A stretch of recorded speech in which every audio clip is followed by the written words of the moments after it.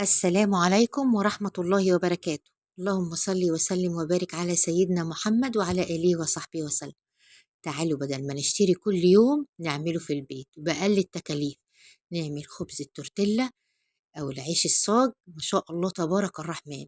عيش في منتهى الروعة، كفاية إن أنت عاملة المكونات من البيت وعاملة المكونات بإيدك وحاسة إن كل حاجة حواليك نظيفة وجميلة، مش عارفين اللي بنشتريه يبقى عامل إزاي. طبعا أنا جبت دقيق الحبة الكاملة، سنبلة الفرات جميل جدا جدا، وجبنا سكر دايت بقى وهنشتغل بقى ونقلل الوزن وحاجة إيه آخر جمال. طبعا دقيق الحبة الكاملة يحسن مستوى الهضم، يعزز صحة الأمعاء، ضبط مستوى السكر في الدم، يساعد في التحكم في قلة الوزن، يا رب الوزن ينزل يا رب. طبعا جبت كوبايتين اتنين بس، أنا قلت هجرب معاكم.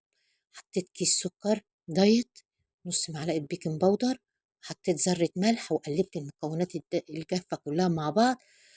المية تبقى قريبة للغليان، أيوه قريبة للغليان. أنا عملته بمية باردة قبل كده من كام سنة ما طلعش حلو، فبقى شفت الوصفة بقى كده بالظبط على النت، فإيه قمت أنا غالية المية بقى وإيه وعجنت بقى. أهم حاجة تعجنيه العجن مبرحا، تعجني أي حد مزعلك طلعي، شايفين طلعي إيه غلك في العجين ده كله.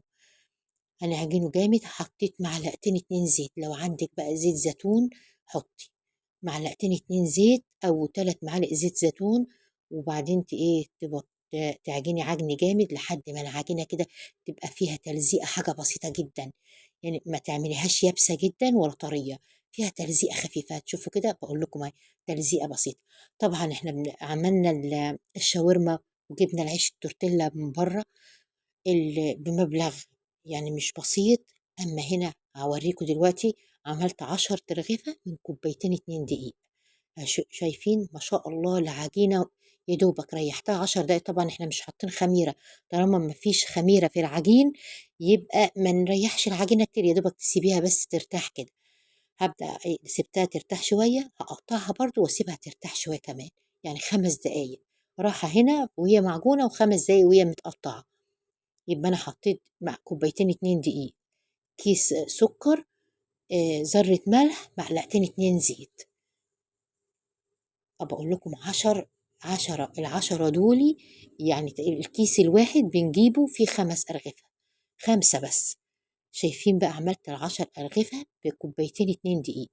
شايفين أنا برتاح جدا يا جماعة لما أعجن وبطط، مع إني هخبز في الطاسة بس ببقى مرتاحة جدا وأنا بعجن وبخبز.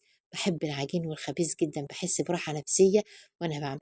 طبعا عيش التورتيلا مش بيقب، بيبقى ماسح كده، يا دوبك كده تحسي عشان إن هو استوى في فقاعات كده بسيطة كده تدل على إيه على السوى.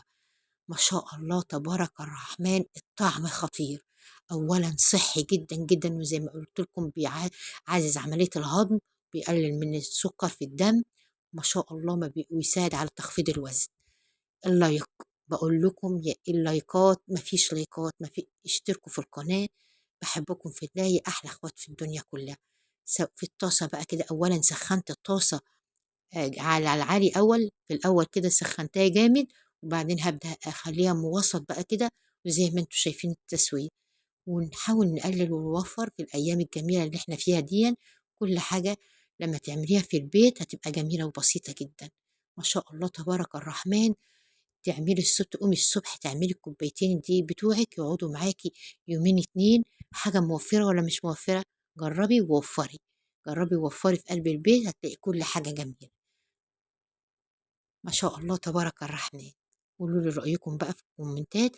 وعملنا بقى الشاورما قدامكم تاني هم شايفين، طري جدا جدا جدا. لو عايزة تعمليه بالدقيق العادي، مش عايزة تعملي بالدقيق الحبة الكاملة، الدقيق العادي اعملي برضو نفس الطريقة. ولو عايزة تعززي من الطعم شوية حطي نص كوباية لبن بدل نص كوباية المية، والبيكنج باودر هو بالدقيق العادي، هيبقى رقاق طري زي وعيش تورتيلا ممتاز ممتاز ممتاز. صلوا بقى على النبي واستغفروا ربنا كتير كده. بحبكم في الله. هنا بقى عملنا الشاورما اهيت وحطيناها مع الجبنة الموتزاريلا، وطلع العيش فاخر من الآخر. لايك واشتراك في القناة. بحبكم في الله يا أحلى أخوات في الكون كله. وقولوا لي إيه رأيكم في الفيديو في الآخر.